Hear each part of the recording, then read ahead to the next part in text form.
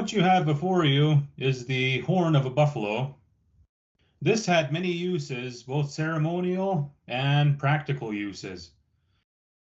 When a buffalo was taken down in a hunt, it was treated very reverently, and generally we would use all the parts, both in ceremony and in household items.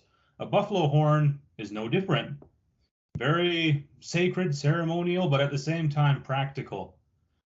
This is like our ancient polymer, almost, as I can describe it.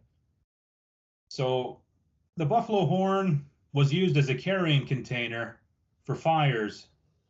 When you would move camp, there would be designated people chosen to carry the fire to the next camp. How they did that was they would get the buffalo horn, since it was hollow, and they would put punk wood in there, as well as different types of things that wouldn't burn or smolder, like buffalo hair, so the horn wouldn't get too hot. When that punk wood was in the horn, they would carry a little coal or ember and put it on there so it would burn. That man or woman would carry the fire to the next camp. It was a living thing to the native people.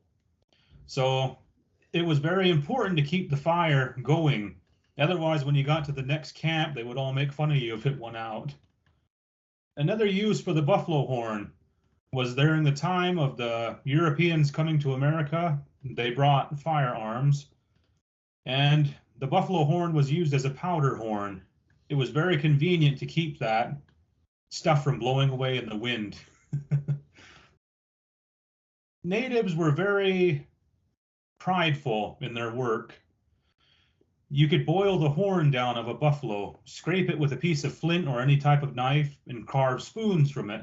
These were the household utensils that were used in the lodge in serving food, or even ladles for filling up a buffalo bladder down at the stream. In the olden days, craftsmen were very finicky on their materials. They wanted to show off how skilled they were with working. So some men would take buffalo horns and they would split them down, boil them, soak them, split them, and they would apply hide glue to them, and they would make bows out of them, made out of spliced horn. Very magnificent to look at. They weren't all that durable. They would last maybe a few years, but it was just a thing of pride for them to have. But every household had a use for the buffalo horns. They were the serving spoons, the eating utensils. Anytime you were invited to a lodge to go have a feast or eat, it was common for people to bring a bowl and a spoon. That way, they would just serve it to you right then and there when you got to the lodge, the food. So it was very important in the native lodge to have buffalo horns. Also, they were used in regalia, sacred and war regalia. They were used for headdresses and many different ornaments. And my father can speak more on a headdress that we know of. The headdress was taken from a great-great-grandfather of ours that was killed in Summit Springs. He was killed by Buffalo Bill Cody and I think Shivington.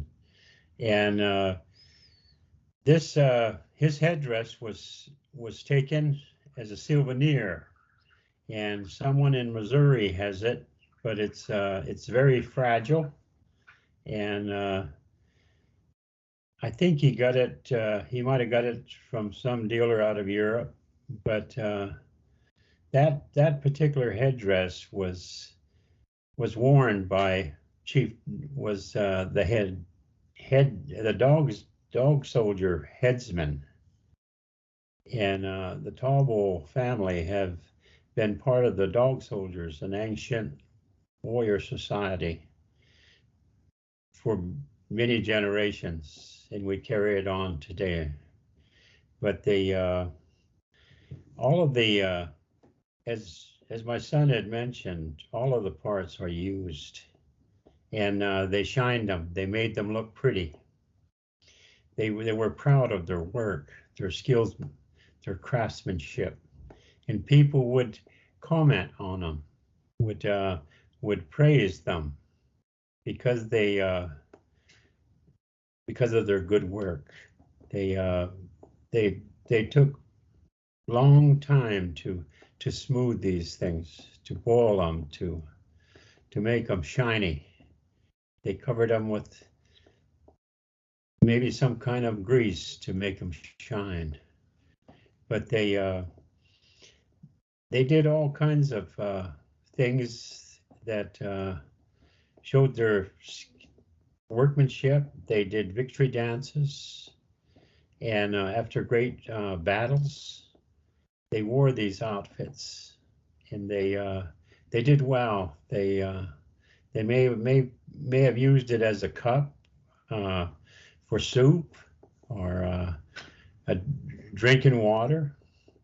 They many of them carried them. You know, they took care of them.